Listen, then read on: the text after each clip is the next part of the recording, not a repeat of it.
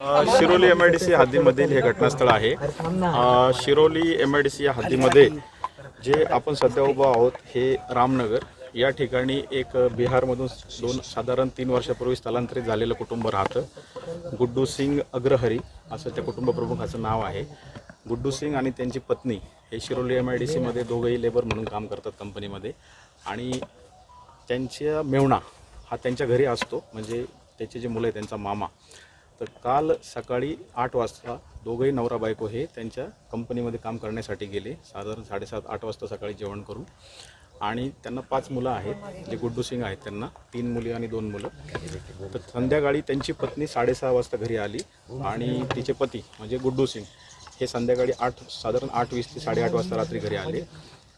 कंपनीत कामाला जाताना मुलीच्या मामाला मुलींकडे लक्ष ठेवण्यासाठी त्यांनी सांगितलेलं होतं आणि त्या मुली काही शाळेमध्ये वगैरे जात नाही, त्यांचे जे अपत्य आहेत 5।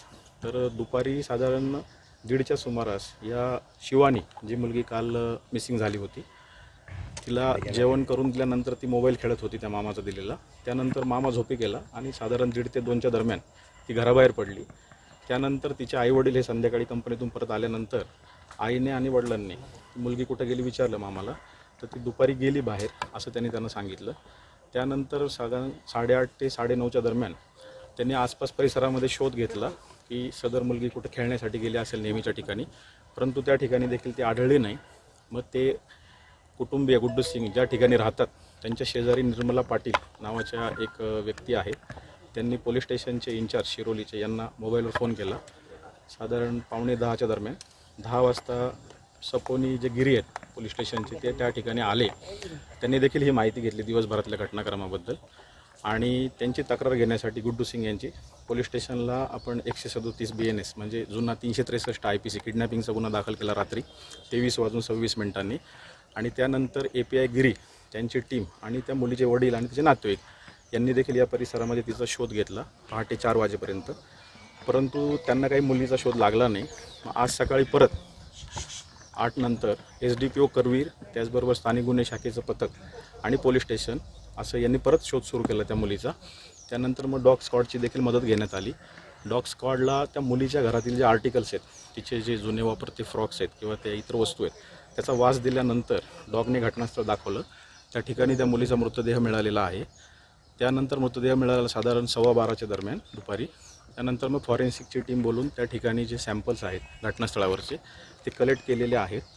त्यानंतर आता जे वडिलांना तिच्या जी डेड बॉडी ज्या ठिकाणी मिळाली त्या ठिकाणी देखील त्यांना नेण्यात आलेलं होतं आणि त्यांना सर्व परिस्थिती घटनास्थळ दाखवण्यात आलेलं आहे।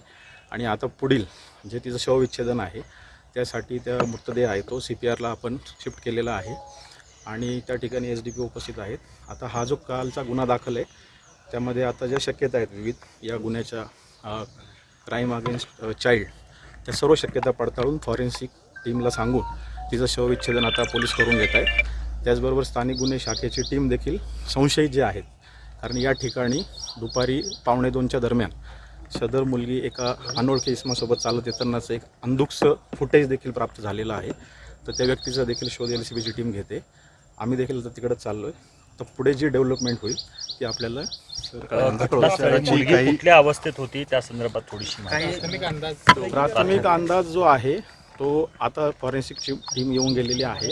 मुलीच्या अंगावर फ्रॉक होता, परंतु तिची चप्पल किंवा तिचे जे काही अंतर्वस्त्र आहेत ते थोड्याशा अंतरावर सापडलेले आहेत, त्यामुळे त्या देखील शक्यतेने आपण तिचं पोस्टमॉर्टम करतोय आणि पुढील तपास करतोय। आता एका संशयिताला ताब्यात घेतलेलं आहे स्थानिक गुन्हे शाखेने। आता पुढचं देखील इतर ठिकाणचं कुठलं CCTV फुटेज बघण्याचा आम्ही प्रयत्न करतोय आणि लवकरच त्याच्यामध्ये आरोपी निष्पन्न करू।